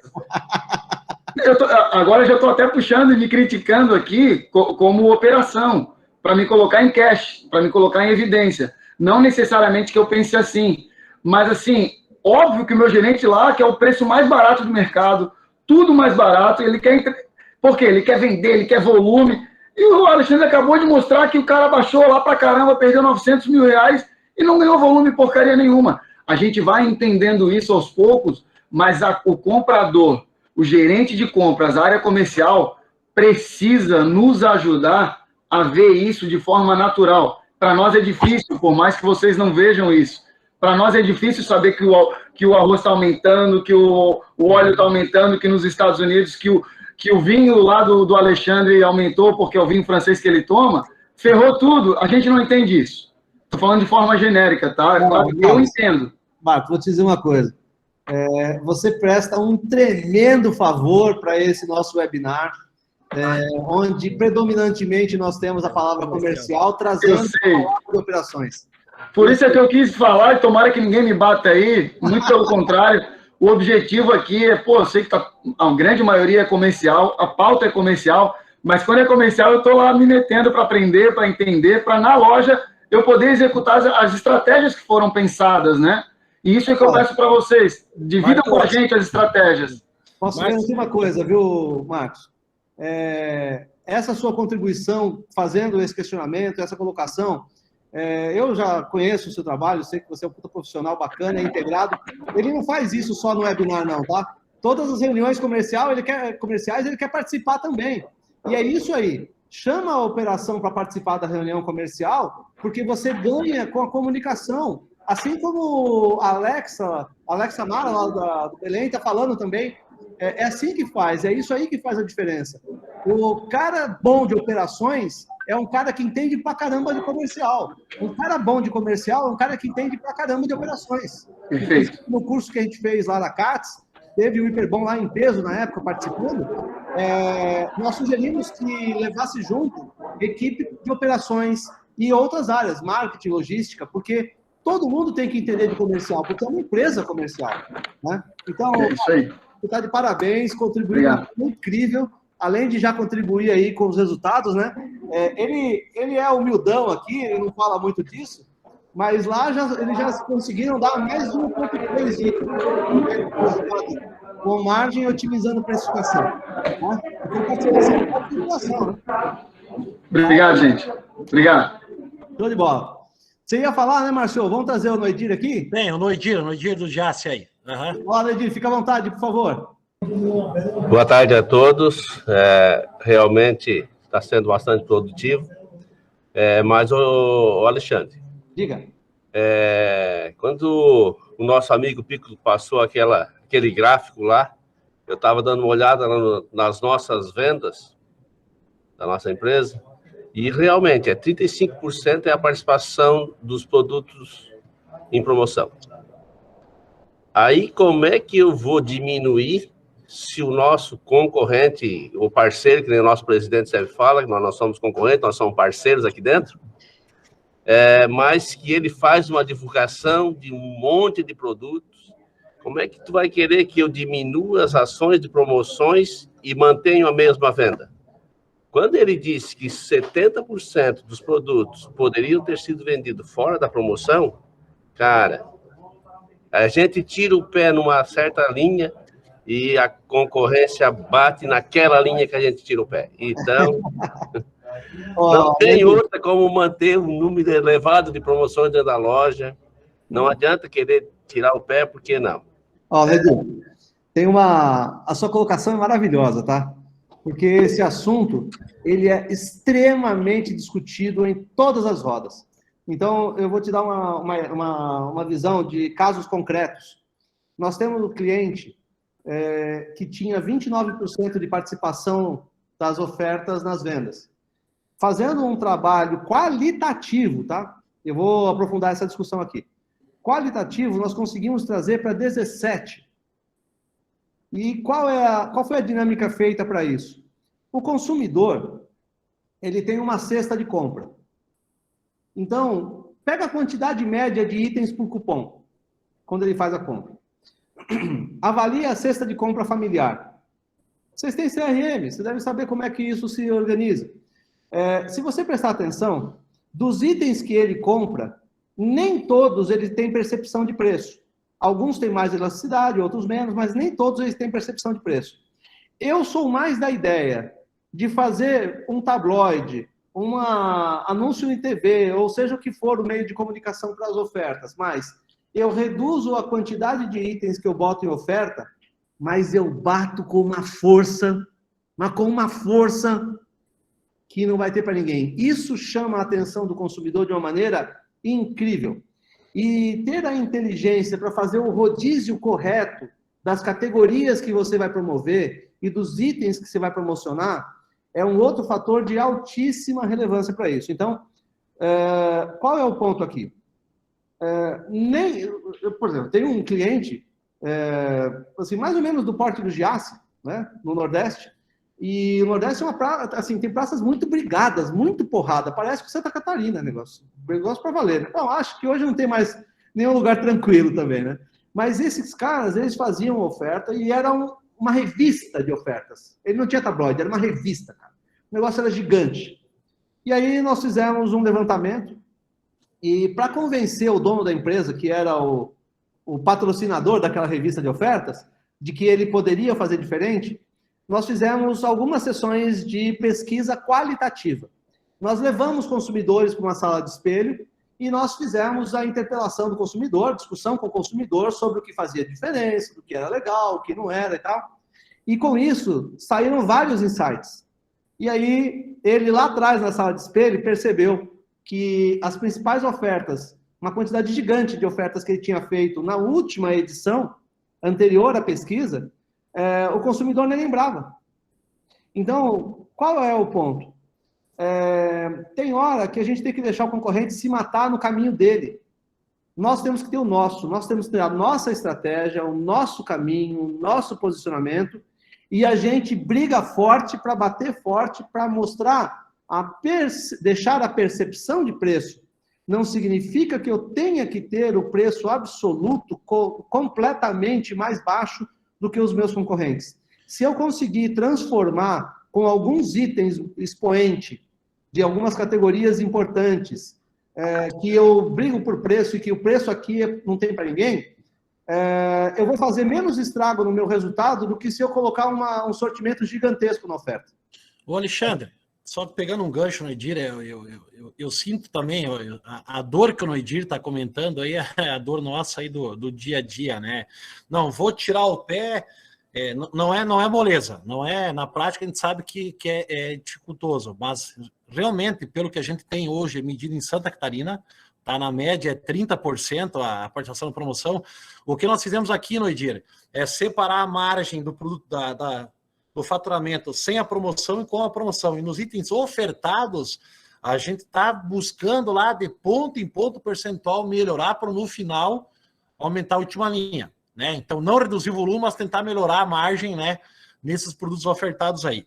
Alexandre, só pegando o gancho aí, era até às 15h30 o nosso evento e nosso bate-papo, tá estendendo já um pouquinho, tá? O tema, como nós falamos aí desde o início, ia dar muita canja para essa sopa aí, é um tema que dá para discutir muito aí, então, queria que você fizesse, agradecer a todo mundo que participou, né, e gostaria que você fizesse as considerações gerais aí, né, para a gente finalizar, para não estender muito aí, fora do prazo determinado aí.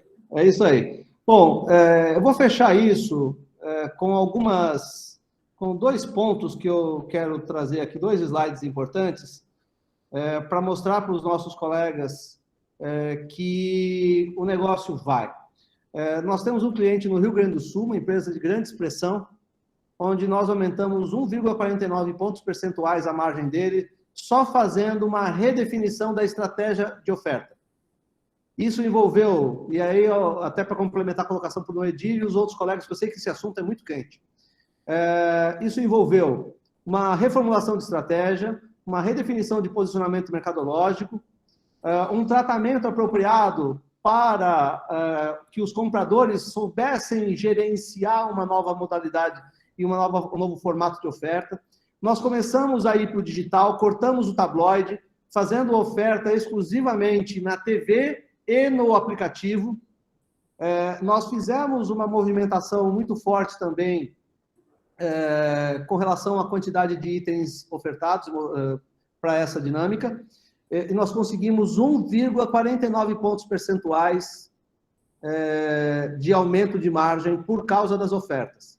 Detalhe, nós derrubamos 11 pontos percentuais de participação de oferta. Outro detalhe importante, a percepção do consumidor sobre o nosso preço melhorou. Então, nós temos que assumir o risco de ter uma estratégia forte, clara e bem definida para que a gente consiga fazer mais performance. Isso eu deixo como recado aí para todos os colegas. Ô, Márcio, eu vou pedir para que a gente possa ir adiante aqui fazendo um último assuntozinho. Vou pedir 2 ou 3 minutinhos aqui. Nós estamos aí com o mesmo nível de pessoas, perto de 150 pessoas participando, e eu peço para os nossos colegas, porque a CATS está fazendo um movimento muito forte para a gente retomar, né? Então, o Crestani, lá agora presidente, junto com a Itamara, junto com o Otávio, tem feito um movimento para a gente retomar o curso, que foi um tremendo sucesso, aquele curso de Gestão Comercial 4.0 que nós fizemos com a CATS.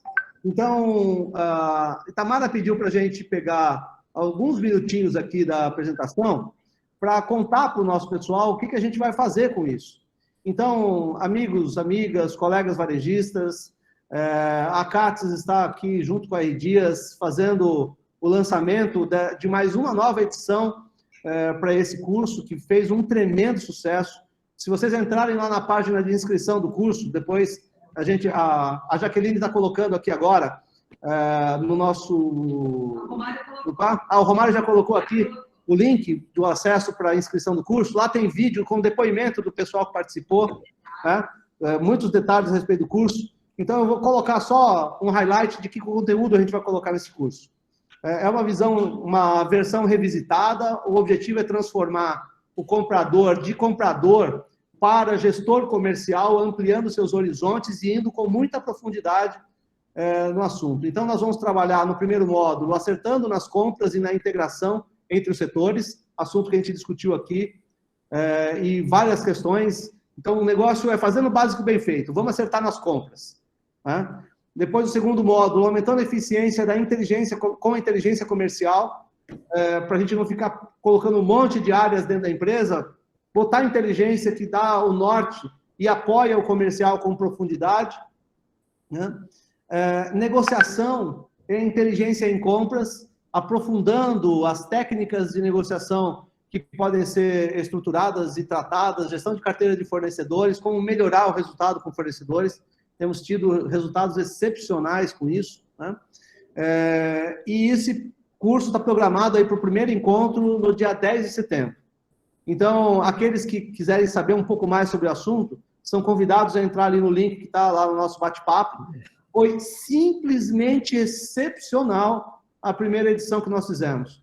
O próprio Márcio já participou de uma outra edição que a gente já tinha feito também com a equipe dele.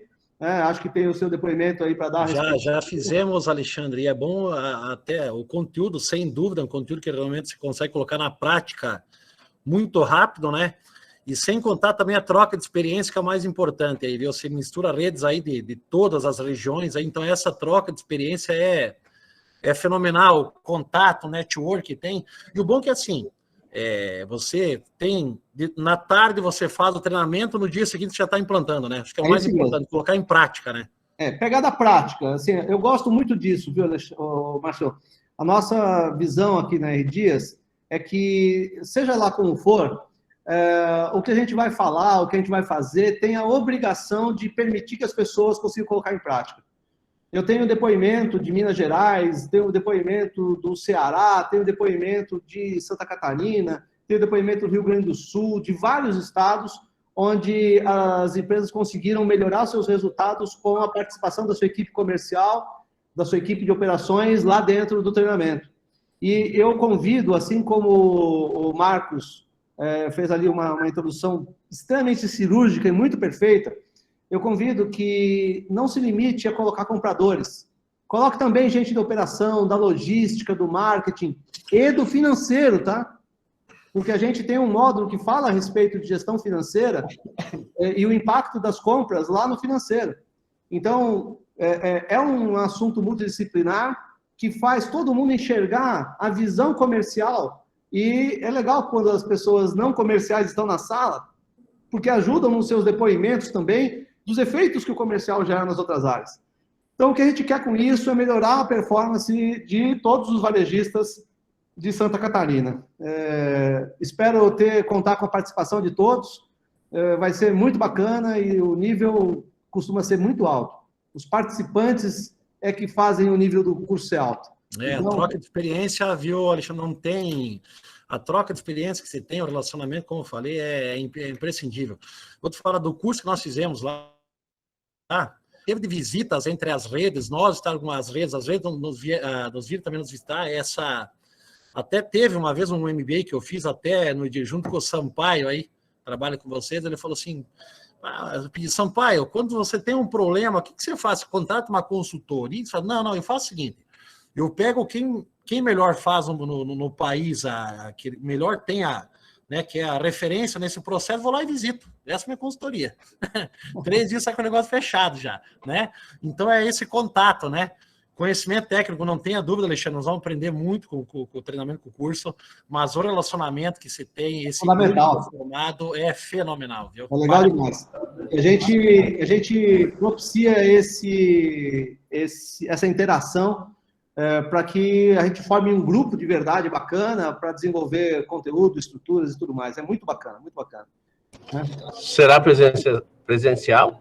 Essa versão a gente ainda vai fazer online, e para o ano que vem eu acredito que a gente já vai estar em condições de fazer presencial de novo, não é, Edir? Eu andei fazendo em alguns outros estados algumas incursões desse curso online. Puxa, fenomenal. A gente conseguiu fazer com altíssima performance. Tão confiantes de que a coisa vai bem. Para fechar isso, Márcio, eu gostaria demais de agradecer a todos os participantes, os colegas, o Rafael, o Marcos, no Edir, que fizeram aí suas perguntas, colocaram aí seus pontos de vista também, sempre contribuindo, né? A nossa comunidade de gestão de varejo, ela é muito rica e ela é muito forte. Espero que o conteúdo tratado aqui hoje tenha contribuído para todos. A gente vai fazer novos encontros, novos assuntos para serem discutidos e tratados. E o que eu quero chamar a atenção de vocês aqui é o seguinte, seja lá como for, espero que cada um de vocês tenha levado pelo menos uma coisinha, uma ideia, um ponto de vista que possa ser implementado nas empresas de vocês amanhã. E se hoje ainda é cedo, porque são só 15h46, que vocês tentem colocar já em discussão hoje com o seu pessoal e contribuir aí para a elevação dos resultados e do desenvolvimento dos varejistas em Santa Catarina. Esse é o meu mais profundo desejo. Estou à disposição de todos. Aqueles que tiverem dúvidas, eventualmente, lá no último slide da apresentação tinha ali minha mensagem, meu e-mail, a Jaqueline que está aqui à disposição também. Nós temos um WhatsApp padrão para disponibilizar para quem tiver dúvidas. A Jaqueline vai colocar aí no grupo. Fique à vontade, já está aí no grupo. Ó. Você pode entrar nesse WhatsApp, colocar suas dúvidas e a gente vai colocar um especialista para ajudar a responder para você, sem nenhum custo para você, sem nenhum compromisso com nenhum tipo de serviço. Fique à vontade. Ok? Bom, Alexandre, agradecer então em nome aí da CATS, aí, do Comitê Comercial, a todos os membros do Conselho da CATS. Acho que esse bate-papo foi muito interessante, um bate-papo, como nós falamos, bem informal, bem na linguagem, né, do chão de loja, que o pessoal gostou, aderiu. Pode ter certeza que vamos falar com a entidade para nós fazer mais alguns aí também, com outros setores. Enfim, acho que o importante é essa troca de experiência, né? Ninguém é dono da verdade, a gente está sempre aprendendo, né? Sempre o aprendizado é constante. E outra, muitas vezes a gente sabe, talvez, o conteúdo, mas tem que dar uma chacoalhada, uma relembrada e colocar em prática, né? Acho que isso é importante. Nosso setor dinâmico, eu sempre falo que ou você ama ou você odeia. Se você odeia, pula fora, não é teu lugar. Se você ama, é de paixão, é uma cachaça mesmo, que não tem volta, né? E que cada vez mais faz a gente se reinventar e aprender, né? Então, esse é o caminho. Quero desejar a todos aí uma boa tarde, agradecer novamente a presença de todos e que vamos cruzar os dedos aí, que passe logo essa pandemia, vamos vender mais, vamos faturar, gente. Esse é o caminho. É isso aí. É isso que precisa. Grande abraço a todos. Um abraço, pessoal.